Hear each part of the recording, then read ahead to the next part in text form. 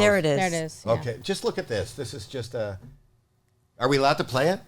Yeah. The funniest show ever!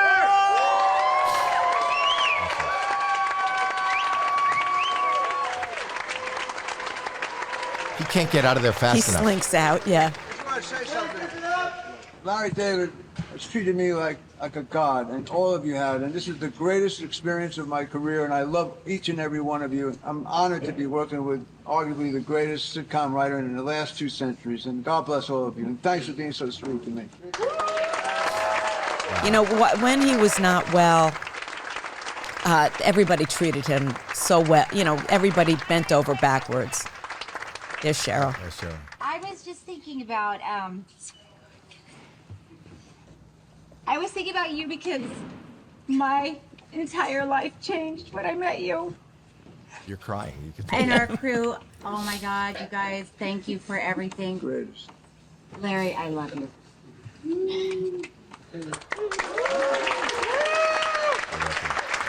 What an amazing... Making me cry now. I know. What an amazing moment. And you would think he would say something. No, he can't. He's just standing there with his head down, his hand in his pocket, and he leaves. Yeah, that's Larry. But that is. But you know, Larry. Look, there's nobody I love besides my husband more than Larry. I mean, Larry. Your children. Well, I meant a man in my life. Your father, probably. Yeah, my father. But my father was never as good to me as Larry was. Larry has been so incredibly generous with me in terms of what he's given me to do on screen.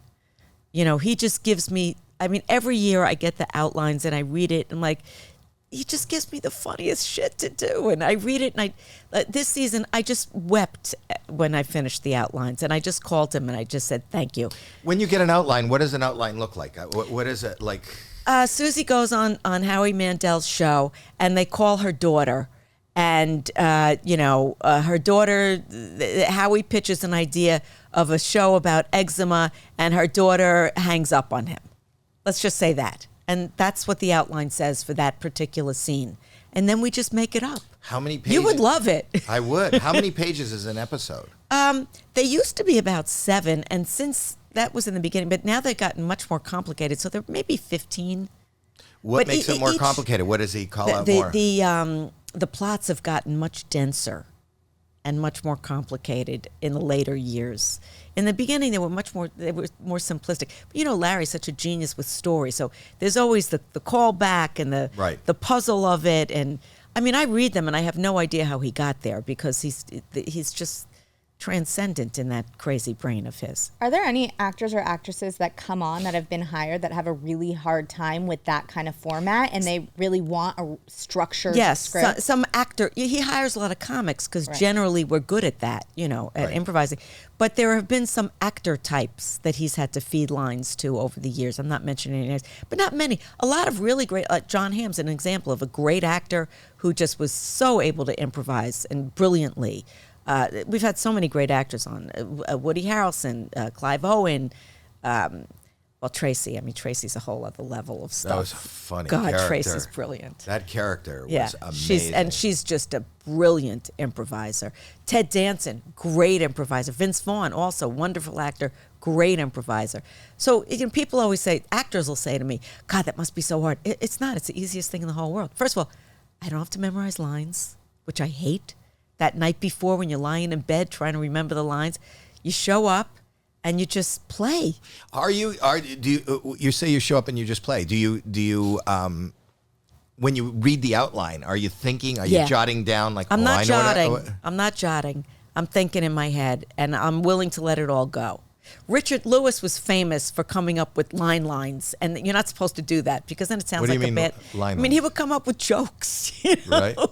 And he would write them down, like if it was a coffee shop or something, and then he'd put them like behind the sugar or something, his cards. Yeah. And that's the last thing that Larry wants you to do. For years, he didn't let anybody. Well, he would let me, but he wouldn't let any of the guest stars see the outlines because he didn't want them preparing bad sitcom lines. He wanted them. They would show up, and he would just say, "Okay, here's the scene. You're sitting in the booth with Howie and Jackie, and like whatever it was, and you just go do it." And you wouldn't have that same stage fright that you talk about going into a scene like that, where it's all these amazing comics around you, and you're fearful that whatever you do or you say, you might be judged or might. No? I never had. I was always completely relaxed on curb. First of all, cut. Take two. I mean, there's always that. It's so different than live. Live is the guns to your head, and also it just felt. Once I figured out, which I did very quickly, who that character was, I put on those crazy outfits and just become her. I used to love watching. People are mentioning JB Smoove. Yeah. He's an interesting improviser because none of us are like our characters, but there's a similarity. He was really playing a character, like a completely different character, and he would improvise these crazy things in that. Yeah, people don't know the real JB Smoove. Isn't he like a 50-year-old Asian woman? Somebody knows. He's amazing that he's able to stretch. Yeah, he really, and that was like a very, for me, my character, I don't yell and scream like that, but it's not that difficult for me to do. Yeah. But what's interesting? What about Larry? Was he incredibly, how was he critical? Like, would you do a take and then? Generally not, but it's interesting. We never discussed the character. We never discussed anything. We just did it. We just kind of had this kind of dialogue of the unconscious that we just knew what was going on. I knew what he wanted and started going towards it, and he saw what I was doing and started writing more for it, which that's why my character got more important over the seasons. In the beginning, I was a guest star. I was a day player for a couple of seasons. Wow. Yeah. Making no money. I was getting day scale. Did you ever watch him as a stand-up? Yes, that's where I met Larry in 1985 at Catch a Rising Star. Right. He was hysterical because he'd get mad at the audience. Oh, yeah. Yeah. If the whole audience is laughing and one woman goes like this and looks at her watch, he'd storm off. But his material was brilliant. He just didn't have a lot of punchlines. No, but I thought that was the best. That was the best part of the character. I loved that he was mad, or they didn't get it, or this is too good for you, or this is too. I mean, Curb Your Enthusiasm came out of him writing another stand-up special.